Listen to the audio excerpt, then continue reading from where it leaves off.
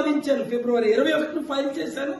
April 24ని 25ని orders తీసుకొచ్చాను. 1 inch స్థలం అమ్మకుంటా. ఎవరమ్మారు, ఎంతకు అమ్మారు, ఎందుకు అమ్మారు, ఎవరు కొంటున్నారు అని రుజువులతో. నేను తప్ప ఎవరైనా వాదించారా? జేడి లక్ష్మీనారాయణ 3 నెలల్లో కనీసం ఒక్కరోజైనా కోర్టుకు వచ్చాడా? ఆయనలాగే అనేక మంది ఫైల్ చేశారు. కనీసం ఆయన మ్యాటర్ లిస్టెడ్ అయిందా? నాది అయిన తర్వాత అలాంటి ఎన్నో లిస్టులు అయ్యాయి. అలాంటిది మీరు ఆయనకి క్రెడిట్ ఇవ్వడానికో ఇంకోరు క్రెడిట్ ఇవ్వడానికో చేస్తే దేవుడు మిమ్మల్ని శపించడా? సత్యాన్ని దాచి అసత్యాన్ని ప్రచురిస్తే మీకెలా ఉంటుంది కోపం?